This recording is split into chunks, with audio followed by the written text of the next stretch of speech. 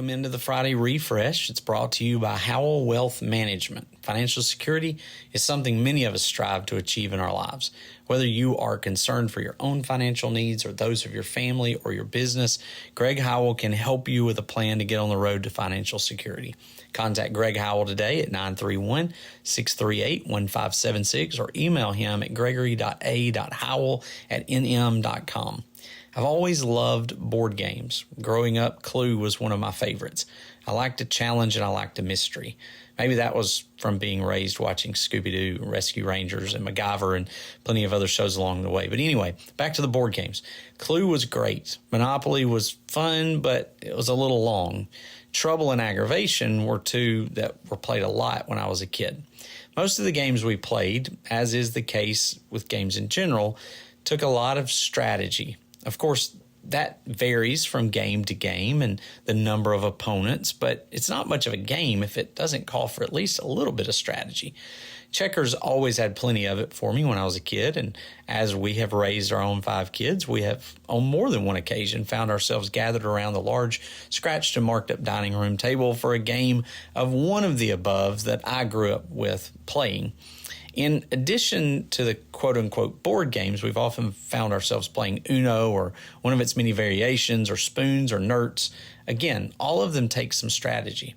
My kids have even had a class at school that's on various board games and group games called Game Changers they come home talking about. All that to say, recently my son wanted to play chess. He doesn't know this about my personality, but once I try something, I have to try hard to avoid being sucked into the black hole of whatever that thing is. I'm the person who watches a movie based on a true story and ends up researching the real story for the rest of the night. And I'm the same way with games. Once I start playing, I have to figure it out, and I spend lots of time, maybe some time that would be better spent elsewhere, on figuring it out. Now, after my son's introducing chess to me, I downloaded an app to play it, and during every psychological break I get, I play it now. But what I'm learning through all of this is that chess is a lot like life. Maybe that is why it draws a lot of people to it, as has done for centuries. Certain precursors to the game have been around since 200 BC in China. That particular legend states that a general invented it as a battle simulator before it was forgotten for centuries and then resurfaced in the 7th century and then became the modern game we know of today. There are a lot of other origin stories, but the only thing for sure is that it's been around for thousands of years. And yep, I got sucked into that black hole again. Anyway, chess is done correctly. When it's done correctly, it can be a long game. It comes with a lot of planning that's involved. Casual games can take from 10 to 60 minutes to play. Tournament games can range from 10 minutes to 6 hours. So what's the point? I want you to remember 2 things that seem to reflect real life in the game of chess. 1, don't be held back by your limitations. While you may see your weaknesses, which is what I started out doing with the game of chess, you still have something amazing to bring to the table. There are various moves allowed for different pieces in chess. One strength is another weakness. Pawns, to me, at first seemed a little pointless and unhelpful, but later I learned that they actually can be extremely beneficial to the strategy and provide some great attacking strategies. It is easy to see our weaknesses, but spend less time focusing on the negatives and spend more time searching out the ways to make a difference. Second of all, every move has a consequence.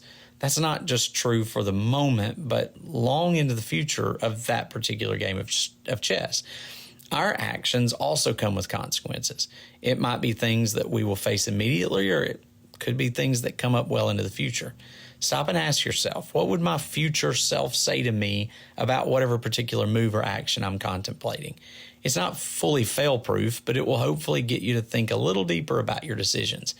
Every day is a battle. The enemy is attempting to counter your actions with actions of his own to discredit and slow you down. Don't let him hold you back with lies about limitations. Use the gifts God gave you. Slow down. Think of the consequences of what you were considering. Your future self will thank you. And that is your Friday Refresh.